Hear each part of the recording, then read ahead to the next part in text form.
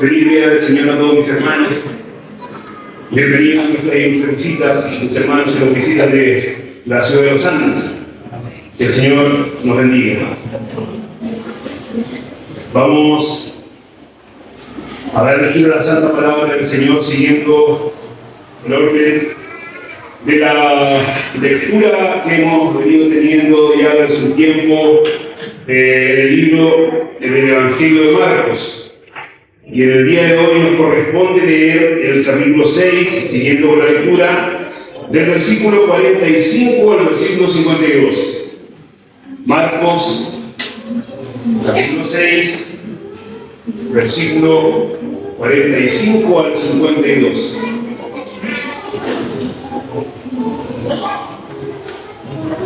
Habiendo encontrado, le vamos a dar lectura a la Santa Palabra de nuestro Señor en el nombre de nuestro Señor Jesucristo. Amén. Enseguida hizo a sus discípulos entrar en la barca e ir delante de él a Betsaida, en la otra ribera, entre tanto que él despedía a la multitud. Y después que los hubo despedido, se fue al monte a orar. Y al venir la noche, la barca estaba en medio del mar, y él solo en tierra. Y viéndole remar con gran fatiga, porque el viento les era contrario, cerca de la cuarta vigilia de la noche, vino a ellos andando sobre el mar y quería adelantárseles.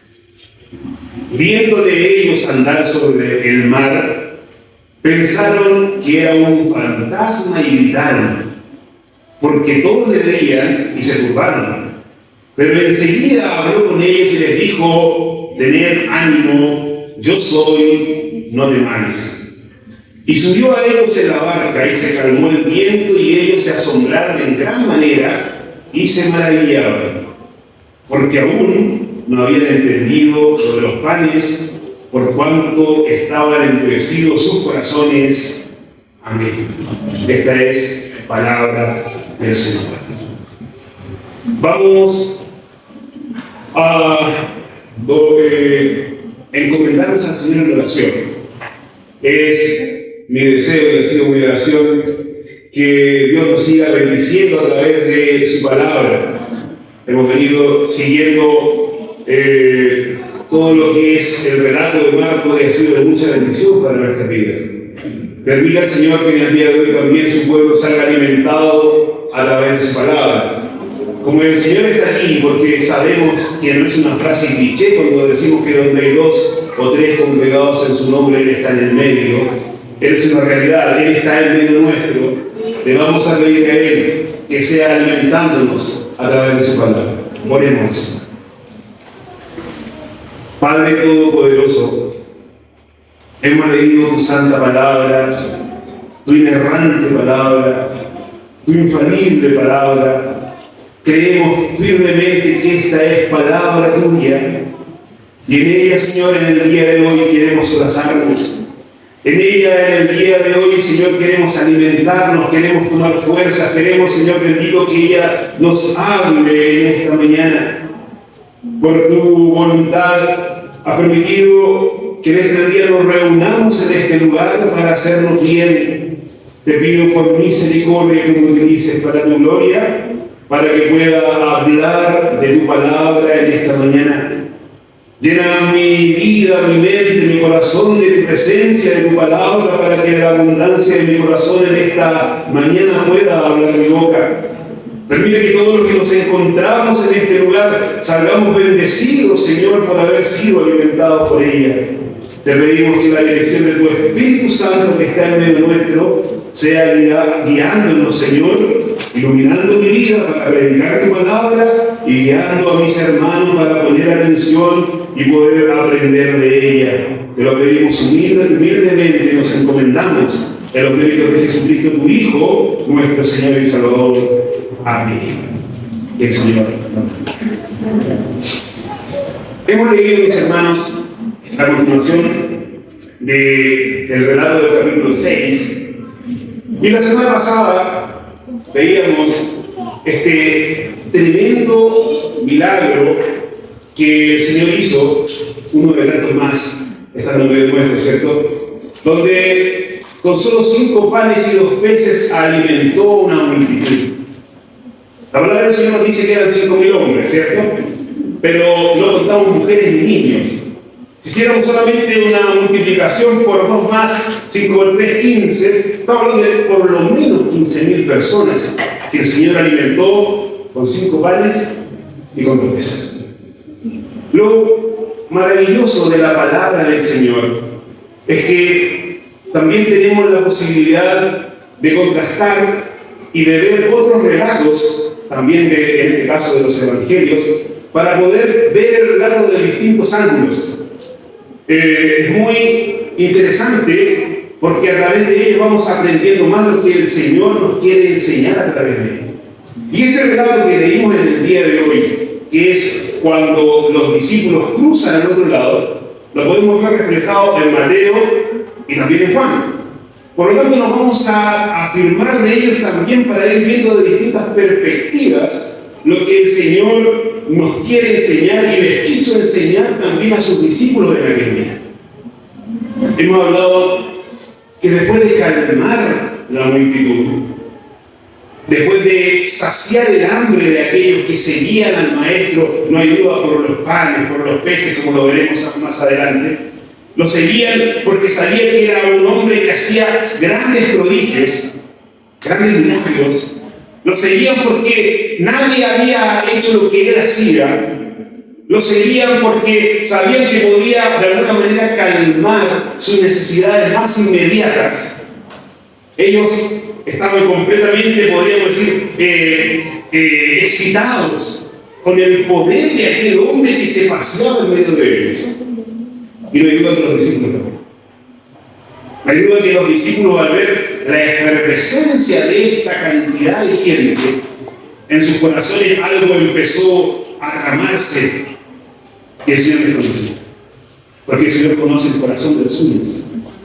Por eso que Marcos dice enseguida, algo urgente, algo rápido, recién habían alimentado a la multitud, habían sido parte de este milagro porque ellos andaban entre medio repartiendo la comida.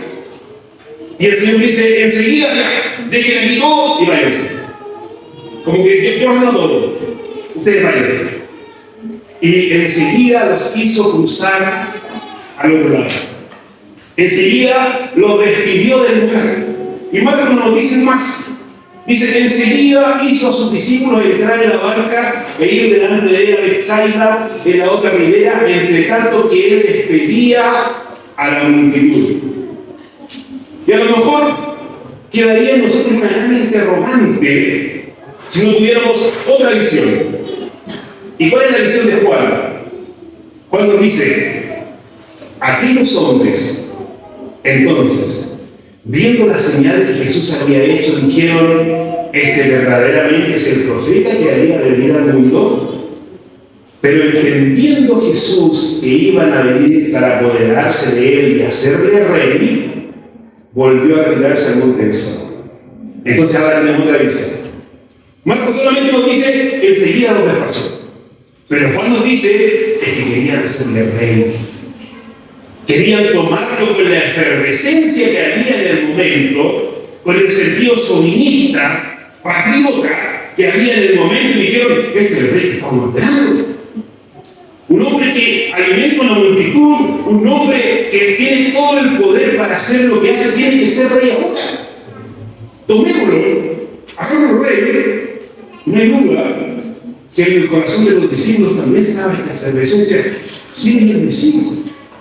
Estamos claros que era el Mesías. Nadie puede hacer los milagros que ha hecho. En todo el lugar donde Jesús andaba, no hay duda que los conocedores del Antiguo Testamento, y los judíos eran conocedores del Antiguo Testamento, decían, este hombre no es igual a ninguno que haya aparecido. Este hombre es distinto. Incluso, ¿se acuerdan ustedes de Bartimeo el ciego? Bartimeo tenía mucha teología. Él sabía que el único que podía abrir los ojos de los hombres, los ciegos, era el Mesías que había de venir. Amén. Y Bartimeo grita, Jesús, hijo de David, ten misericordia de mí. Una tremenda declaración teológica. El Mesías tenía que venir de la raíz de Isaí, hijo de David, iba a ser el Mesías, y el Mesías era el único que podía abrir los ojos de los ciegos. Yo soy ciego, Jesús, dámelo acá. La gente sabía que Jesús era el Mesías. Sabía que Él iba a ser rey. Incluso los discípulos también. Pero lo que ellos no comprendían, que antes que este Rey de Reyes y Señor de Señores llevara la corona de gloria, primero tenía que llevar una corona de espinas. Primero tenía que pasar por el sufrimiento. Y el Señor, sabiendo lo que se fraguaba en el corazón de sus discípulos, le dijo: por favor, váyanse, yo me voy a quedar aquí. Despidió a la multitud. ¿Y qué fue lo que hizo nuestro Señor? Si seguimos leyendo el relato, dice en el versículo 46, y después que los hubo despedido, se fue al monte a orar. Y aquí tenemos que hacer un paréntesis, mis hermanos. Jesús es Dios. Amén. Jesús es el Rey de Reyes y Señor de Señores. Jesús, desde antes de la fundación del mundo, ya vivía en una completa comunión con el Padre y con el Espíritu Santo. El Hijo estaba en una perfecta comunión. Esta comunión trinitaria era perfecta, no tenía necesidad de absolutamente nada más. Pero estando en esta tierra, Él, de alguna manera, quería demostrarnos a nosotros, a través de la oración, que Él disfrutaba de la comunión con su Padre. Él disfrutaba de la comunión de tal manera que antes incluso de pasar por todo el sufrimiento del Getsemaní, la crucifixión, estando con los discípulos, oró delante de ellos y dijo: porque me has amado desde antes de la fundación del mundo. De esta declaración podemos entender que había una relación tan maravillosa y un disfrute mutuo entre ellos que no nos podemos sorprender entonces que Jesucristo apartaba el tiempo que podía apartar porque Él gozaba de la comunión con su Padre. También podemos sacar en conclusión que Jesús, en su humanidad, también dependía del Padre. Dependía del Padre porque Él tenía, igual que usted, igual que yo, aflicciones. Él pasó por vidas complicadas, conoció la miseria del hombre, Él tuvo necesidad, Él tuvo cansancio. Por lo tanto, Él dependía completa y absolutamente del Padre. Él en su humanidad, incluso el escritor de Hebreos nos dice: y Cristo en los días de su carne, ofreciendo ruegos y súplicas con gran clamor y lágrima al que le podía librar de la muerte, fue oído a causa de su temor reverente. Podemos concluir entonces que Jesucristo en su humanidad todos los días necesitaba estar conectado con su Padre. ¿Y por qué también oraba a nuestro Señor? Si Él era Dios, porque Él también quería modelarnos una vida para que como ejemplo nosotros pudiésemos mirarlo a Él y decir: si Cristo oraba, ¿cuánto más nosotros tenemos que orar? Cristo, Pedro decía, Cristo padeció por nosotros, dejándonos ejemplo para que sigáis sus pisadas. Él es el ejemplo supremo, mis hermanos, de santidad, ejemplo supremo de pureza, de piedad. Y Él nos dejó este ejemplo a nosotros, para que cada vez que estemos complicados, cada vez que estemos angustiados, cada vez que estemos necesitados, cada vez que estemos oprimidos por las pruebas, miremos a Cristo y decir: Él oraba, ¿cuánto más yo tengo que dar? Ejemplo que nos dejó el Señor a través de su vida de oración. Siguiendo con el relato, versículo 45 y 48 dice: y al venir la noche, la barca estaba en medio del mar y él solo en tierra. Y viéndole remar con gran fatiga porque el viento les era contrario, cerca de la cuarta vigilia de la noche vino a ellos andando sobre el mar y quería adelantárseles. El mar de Galilea, o de Genesaret, que era un lago en realidad, tenía aproximadamente 21 kilómetros de longitud y 12 kilómetros de ancho, para que nos hagamos una idea de dónde estaba sucediendo esto. Y como también yo les decía que es bueno ver lo que nos da la otra perspectiva, vemos a Juan que dice que los discípulos habían remado entre 25 y 30 estadios, lo que equivale a 5 o 6 kilómetros. Estaban cruzando al otro lado. Dijimos que el ancho del lago era de 12 kilómetros aproximadamente. Es decir, los discípulos estaban justo al medio del lago, donde creemos siempre que es el lugar más profundo, ¿cierto? El lugar más hondo. Ahí estaban los discípulos. ¿Cuántos habían demorado en llegar al medio del lago los discípulos? Si sacamos la idea más o menos que los despidió el Señor al caer de la tarde, al empezar la noche, y nos dice que en la cuarta vigilia de la noche, la noche en el tiempo, o cómo se contaba en el tiempo de Israel, partía a las 6 de la tarde y se dividía en 4 vigilias, es decir, de 6 a 9, de 9 a 12, de 12 a 3 y de 3 a 6 de la mañana. Y si el relato nos dice que los discípulos iban en la mitad del lago a las 3 o 4 de la mañana aproximadamente, por favor, saquemos la cuenta cuánto tiempo llevaban remando los discípulos. Saquemos la cuenta del cansancio de los discípulos. Dice el relato que el viento les era contrario, dice Marcos. Por lo tanto, es fácil imaginar la angustia de los discípulos en medio del lago. Se les están agotando las fuerzas, están en el momento más oscuro de la noche y resulta que están ahí no porque a ellos se les ocurrió. Pónganse a pensar en esto, mis hermanos. ¿Quién los envió a cruzar al otro lado? Jesús. El Señor les dijo, ustedes vayan. Los discípulos, la mayoría de ellos hombres de mar, pescadores, no ayuda que tomaron la orden, cruzaron, porque es algo que hacían habitualmente, pero resulta que habían remado toda la noche, recién estaban en la mitad del lago, se le acababan las fuerzas, el viento le era contrario, en el lugar más oscuro de la noche, en el lugar más hondo de la noche, y resulta que no era por culpa de ellos. Yo creo que los discípulos, y yo no los culparía, si empiezan a pensar, si el Señor nos mandó por acá, Él me envió, le estamos obedeciendo a Él, y mira cómo me está yendo. ¿Ustedes no se han visto alguna vez en esa misma situación? ¿Nos han preguntado muchas veces si estoy obedeciendo a Dios? Yo no estoy actuando por mi propia cuenta, yo estoy seguro, estoy obedeciendo a Dios, estoy obedeciendo a su palabra. ¿Y por qué estos vientos están en contra mío? ¿Y por qué estos vientos se han levantado de manera tan intempestuosa si yo estoy obedeciéndole al Señor? Es común, mis hermanos, que en momento de lucha, en momento de desamparo, estos pensamientos nos invadan. Pero lo que no tenemos que olvidar es que Jesús nos está mirando. Amén. Él sabe exactamente dónde están los suyos.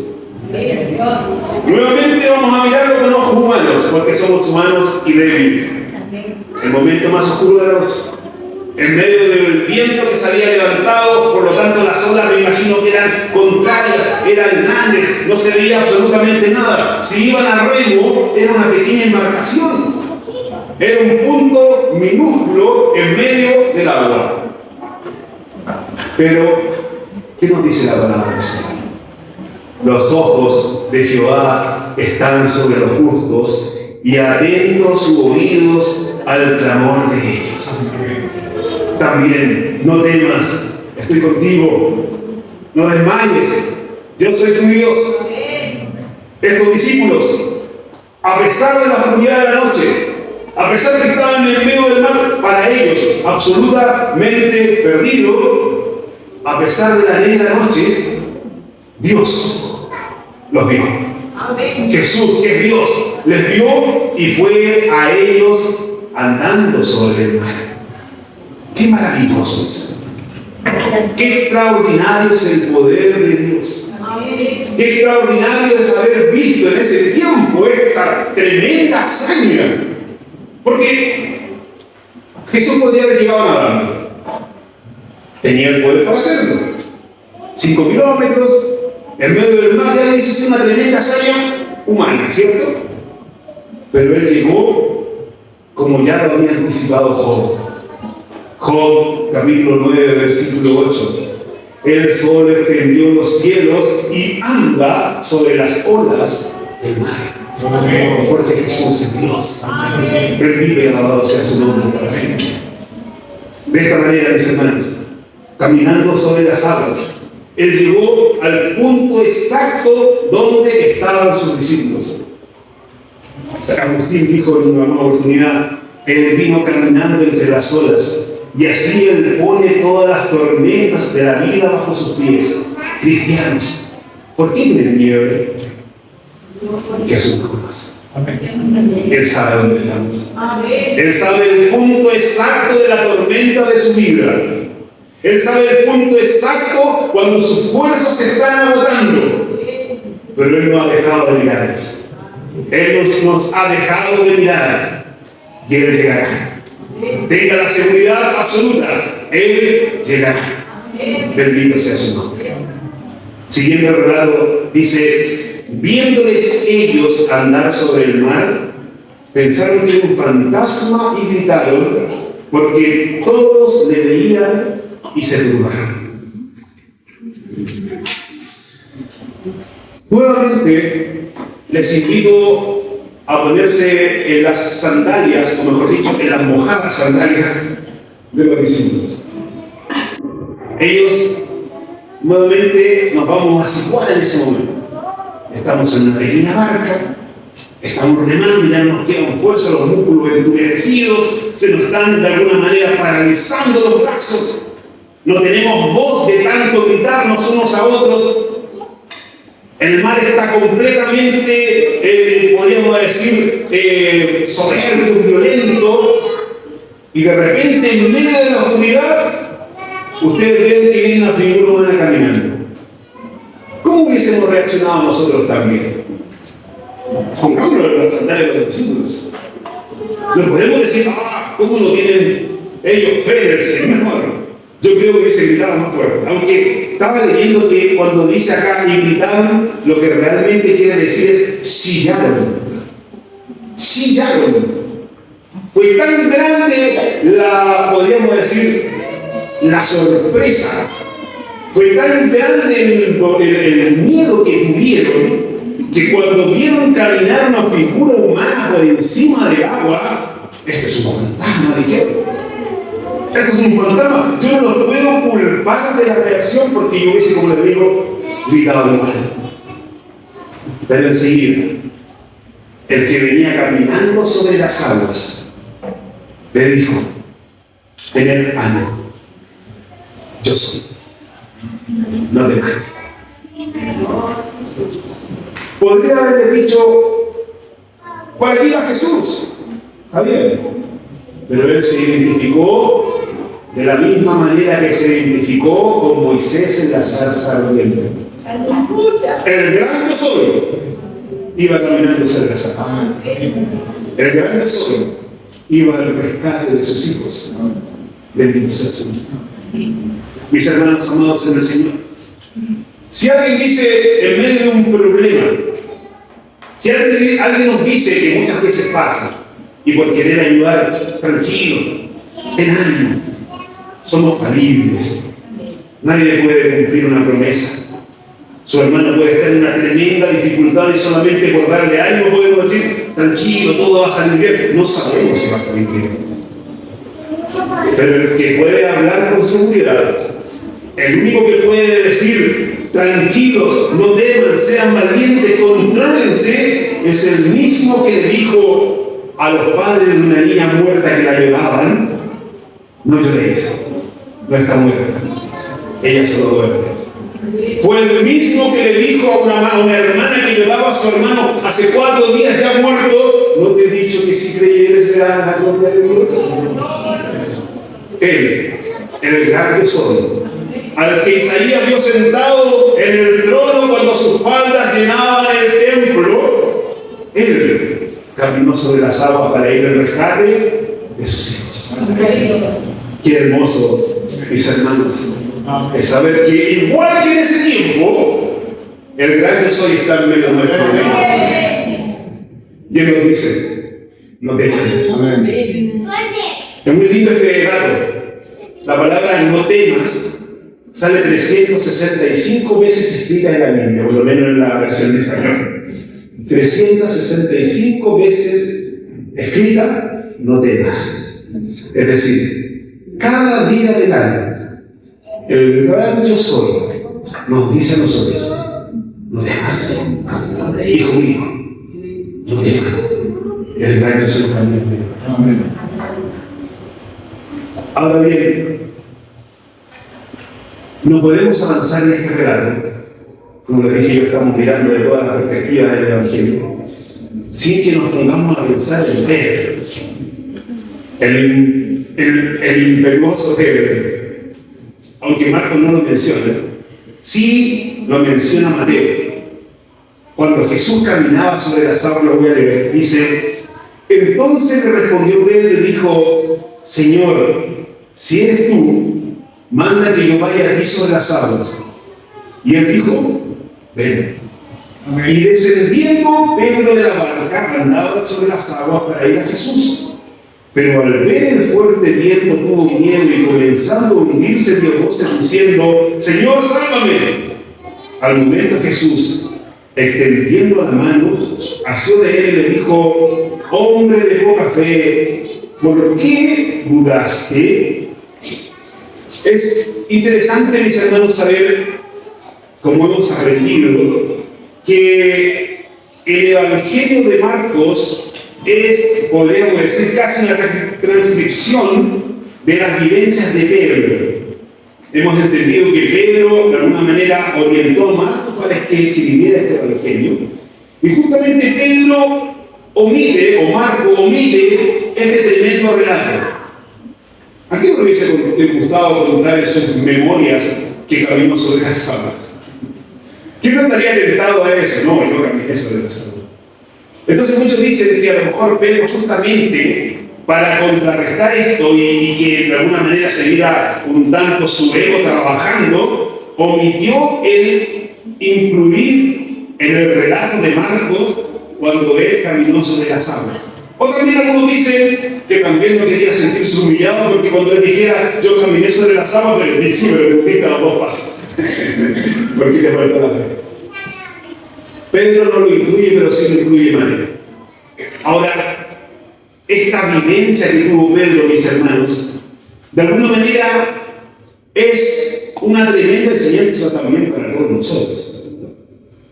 Dicen algunos que Pedro, al ver el fuerte viento, las olas moviendo la barca, él prefirió estar con Jesús en el agua que sin Jesús en la barca. Y cuando caminó mirando a Jesucristo, él caminaba, no sabemos cuántos pasos dio, pero caminaba y mientras miraba a Jesucristo no importaba el viento, no importaba las olas, porque iba mirando a Jesús. Y mientras miraba a Jesús, él no se iba a hundir. ¡Qué tremenda enseñanza para nosotros! Mientras tengamos nuestra mirada puesta en el Maestro, que vengan vientos, vengan tempestades, si lo miramos a Él, seguiremos adelante. Pero si sacamos nuestra mirada del Maestro, de forma inmediata, nos va a pasar lo que nosotros. Nos hundiremos en la tempestad de este mundo. Pero siempre, mis hermanos, siempre, aunque estemos hundiéndonos, podemos invocar su nombre. Amén. Así como lo hizo Pedro, Maestro, sálvame. No vino el Señor en una reprimienda sobre Pedro. ¿Por qué? ¿Qué te has creído? Ahí te dejo un par de minutos para que aprendas a tener más fe. No. De forma inmediata vino el Señor, lo tomó de la mano y solamente le hizo un cariño. ¿Por qué dudaste? Si yo estoy contigo. Lo mismo lo dice el Señor de esta hora. ¿Por qué dudas en medio de la dificultad? ¿Por qué dudas en medio de la prueba? ¿Por qué dudas en medio de la enfermedad? Si yo estoy contigo, Él está con nosotros. Sigamos adelante y nos saquemos la mirada del Rey de Reyes, el Señor de Señores. Y dice el relato de Marcos, y subió a ellos en la barca y se calmó el viento, y ellos se asombraron en gran manera y se maravillaban porque aún no habían entendido lo de los panes, por cuanto estaban endurecidos sus corazones.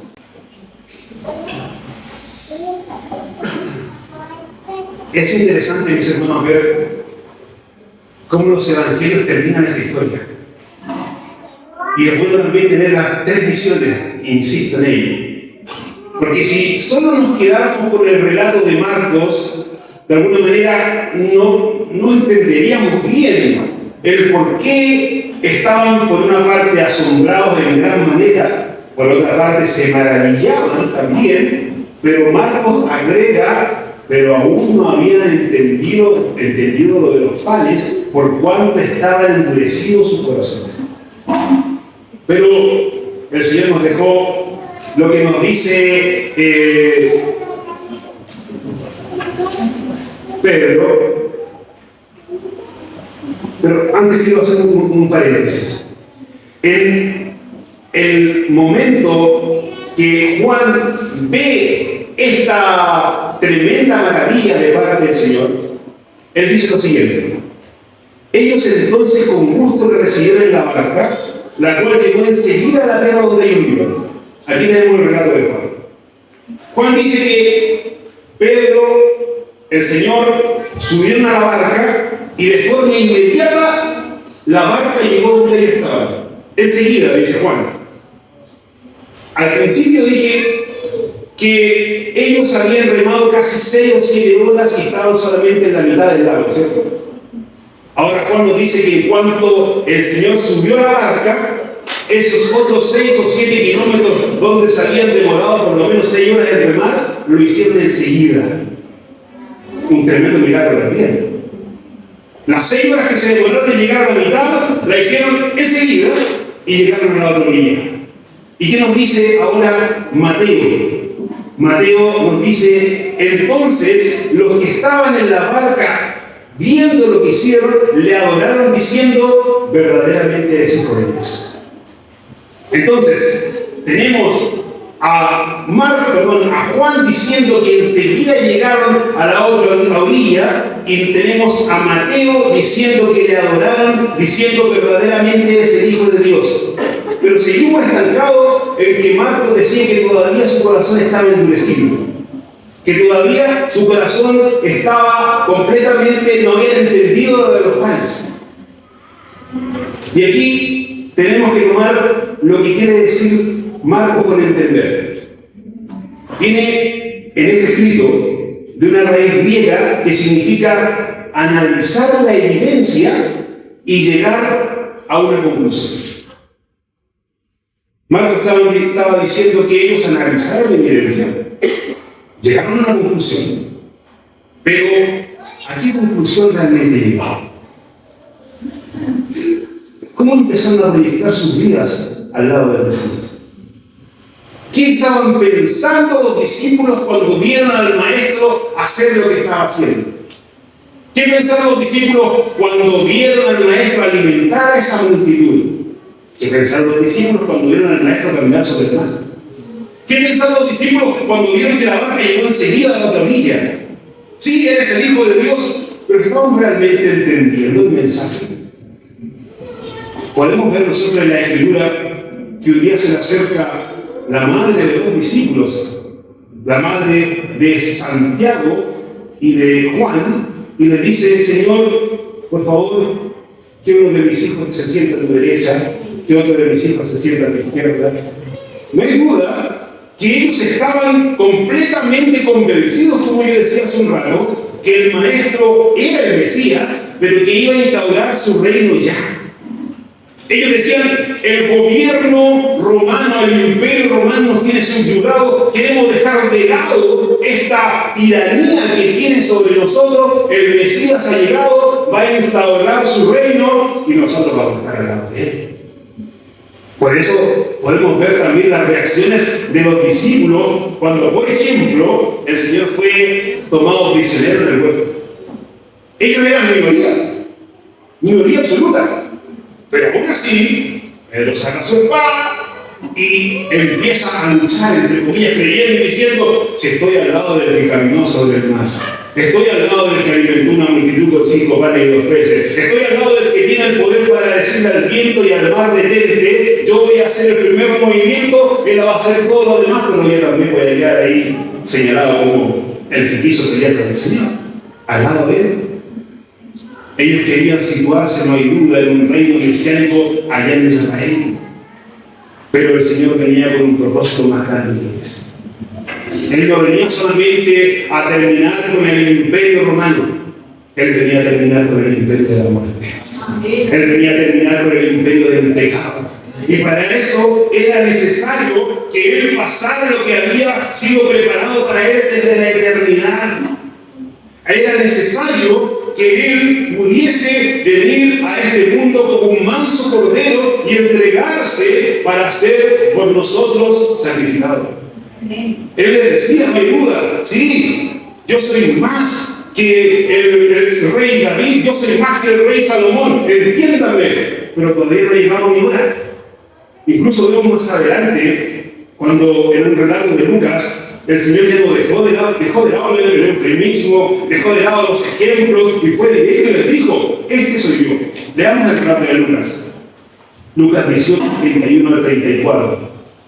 Tomando Jesús a los 12 les dijo, he aquí subimos a Jerusalén y se cumplirán todas las cosas escritas por los profetas acerca del Hijo del Hombre, pues será entregado a los gentiles, será escarnecido, será afrentado, escupido, y después que le hayan azotado, le matarán, mas al tercer día resucitará. Dice lo que dice Lucas. Pero ellos nada comprendieron de estas cosas. Y esta palabra les era encubierta y no entendían lo que se les decía. Por más que el maestro fue claro con ellos estaban cegados. Ellos estaban mirando un reino terrenal. Ellos estaban mirando un Mesías terrenal. Por eso podemos ver, mis hermanos, la desazón de ellos cuando Jesús se entregó como un manso cordero. Podemos ver la desazón de ellos cuando vieron que todos sus sueños mesiánicos fueron destrozados cuando el Mesías, cuando el que ellos creían que era el rey que venía a gobernar, fue tomado prisionero y delante de los ojos de todos escarnecido. Pedro, que era el más, podríamos decir, impetuoso, lo siguió de cerca, y cuando empezó a ver que todo estaba con él, no. Oye, pero si yo le vi que hablas con él, no, yo lo conozco. Dice que la tercera vez, maldiciendo y mintiendo, no, yo no lo conozco. Podemos entender, mis hermanos, la desazón de los discípulos cuando vieron al maestro crucificado. Podemos entender la desazón de los discípulos cuando vieron al maestro completamente escarnecido, débil, muerto, enterrado en una tumba. Pero el Señor, desde la eternidad, nunca lo hubo plan de él. Sabemos que nuestro Dios no empatiza. Nuestro Dios todo lo tiene trazado perfectamente desde antes de la fundación del mundo. El plan era no solo salvar a Israel, el plan era salvar al mundo entero. En ese plan está usted y está peor. Cuando Jesús moría en la cruz del Calvario, no hay duda, pensaba en usted y pensaba en mí. Jesús iba a cumplir su propósito en este mundo, pero también iba a cumplir su propósito en ellos, porque con paciencia trabajaba en sus corazones. Con paciencia les enseñaba que ellos iban a ser portadores de un maravilloso mensaje, que ellos iban a ser portadores de un maravilloso evangelio. Pero ellos, incluso después de resucitado nuestro Señor, seguían sin comprenderlo. Hechos capítulo 1 nos dice en el versículo 8, antes de ser alzado, restaurarás el reino de Israel en este tiempo. Y el Señor les dice, no os toca a vosotros saber los tiempos, las sazones que el Padre ha puesto en su sola potestad. Pero recibiréis poder cuando desciendan del cielo con él. Y eso es el Dios. El Dios, Espíritu Santo es el Dios, vino sobre ellos, les llenó de poder y ahora ellos empezaron con su vida a entregar el mensaje que realmente ahora no habían comprendido a cabalidad. Ellos habían comprendido de tal manera que Pedro nos dice en una de sus epístolas algo maravilloso: bendito el Dios y Padre de nuestro Señor Jesucristo, que según su grande misericordia nos hizo renacer para una esperanza viva por la resurrección de Jesucristo de los muertos. Una vez que vieron al Maestro resucitado, entendieron que el mensaje para ellos es que este mensaje no era solamente para Israel, sino era para todo el mundo. Y con gusto se entregaron sus vidas por una verdad que sabían que ahora era absoluta. Habían encontrado la verdad del gran precio. Habían entendido que su vida no estaba en este mundo, sino que caminaban como peregrinos y extranjeros a la ciudad celestial, cuyo arquitecto y constructor es Dios. Y mirando esto, mis hermanos, tenemos que hacernos nosotros una pregunta también. ¿Cómo hemos entendido nosotros el Evangelio? Podríamos llegar a concluir que la confusión que tuvieron los discípulos en ese tiempo es imposible que la tengamos en este tiempo. Estamos a este lado de la cruz. Tenemos el plan de redención de manera muy clara. La teología bíblica nos muestra el plan trazado de manera maravillosa y vemos a Jesucristo y sabemos que Él es el centro de las Escrituras. Pero necesariamente tenemos que hacerlo esto plenamente. Hemos comprendido a cabalidad el gran significado de la encarnación del Verbo divino. Hemos comprendido realmente por qué fue necesario que Él se humillara hasta lo sumo. El Dios encarnado, el que por su palabra fueron hechas todas las cosas, porque Él quiso, habitó en medio nuestro. El Verbo divino, porque Él quiso, vivió una infancia sin palabras. El que hizo todas las cosas, el que le dijo a la tierra produzca vegetales, produzca madera, de la madera sacaron una cruz porque un día donde iba a ser crucificado. ¿Con qué propósito Él vino a este mundo? El peligro de comprender el Evangelio, mis hermanos, en el día de hoy sigue siendo tan real como en ese tiempo. Es necesario que no descuidemos la rigurosidad de estudiar la palabra del Señor. Es necesario no desviar nuestra mirada nunca de la palabra para que comprendamos siempre el plan perfecto de salvación. Lamentablemente, el Evangelio ha avanzado. Podríamos decir que nuestro país es un país hiper-evangelizado. Hoy, en este momento, en muchos lugares se está predicando desde púlpitos con la Biblia abierta. Pero lamentablemente, mis hermanos, lamentablemente, en muchos lugares ofrecen el Evangelio. Hoy por hoy, en una sociedad hedonista, en una sociedad amante del placer, lo que más escuchamos desde los púlpitos es un evangelio de prosperidad. Lo que más escuchamos desde los púlpitos es un evangelio donde a Cristo se ha convertido en una especie de genio de la lámpara. Pide lo que quieras, el Señor está aquí. Ven, pacta con Dios, Él te va a escuchar. Tanto evangelio que se predica hoy en día, donde muchos lamentablemente van camino al infierno con su conciencia completamente calmadas. Él tiene todo el poder para hacer eso y mucho más. Él puede sanar nuestras enfermedades, Él puede llenar nuestras despensas, Él puede solucionar nuestros problemas de cualquier índole. Sabemos que Él tiene ese poder, pero Él vino con un propósito. Y ese propósito que usted y yo seamos salvos a través de la exposición de su palabra, a través del arrepentimiento, a través de la fe, que estemos preparados para enfrentar cualquier tormenta que la vida nos pueda dar. Porque muchas veces hay tormentas, como decía mi hermana Lía en la lectura antifonal, que están preparadas por un Dios bondadoso, un Dios cuidadoso, porque Él tiene cuidado de los suyos, incluso en medio de las providencias oscuras que nos toca pasar.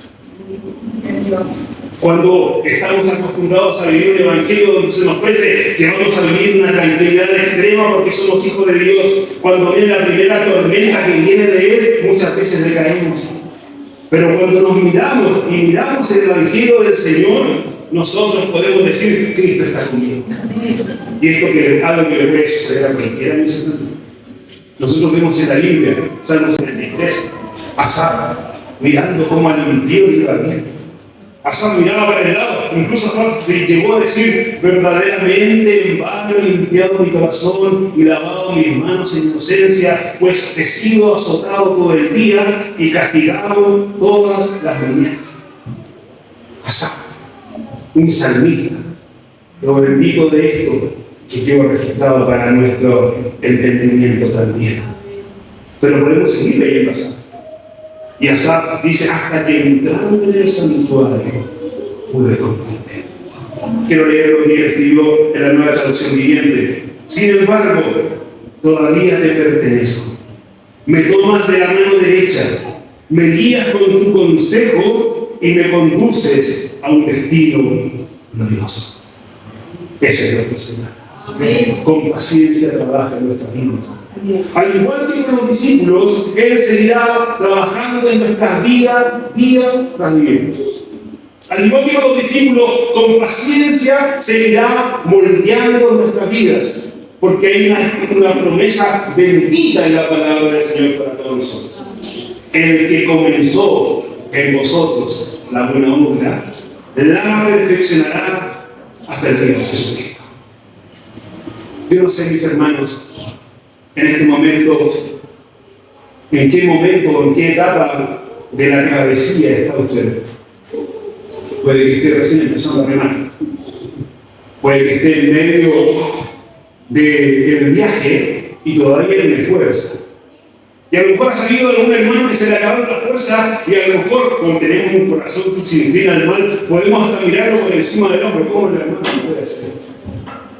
¿Cómo se le acabó la fuerza tan rápido? Pero en algún momento esa fuerza puede decaer. Y no hay duda, estamos en un mundo que tendremos aflicciones. Esas fuerzas un día van a decaer. Y cuando estemos ya sin fuerza, cuando estemos en el momento más oscuro de la noche, la dulce voz de nuestro Señor, una vez más vendrá sobre nosotros y nos dirá: no temas, Dios te protege. Que el Señor bendiga. Que esta palabra pueda servir en nuestros corazones. Que podamos salir fortalecidos de este lugar, sabiendo que no importa lo que estemos pasando, Dios está con nosotros. Les voy a invitar a que doblemos nuestras rodillas y en un agradecimiento a Él podamos volcar nuestros corazones bendiciendo su nombre, porque incluso en momentos oscuros sabemos que si vamos de la mano de Él podremos llegar al otro día. Oremos.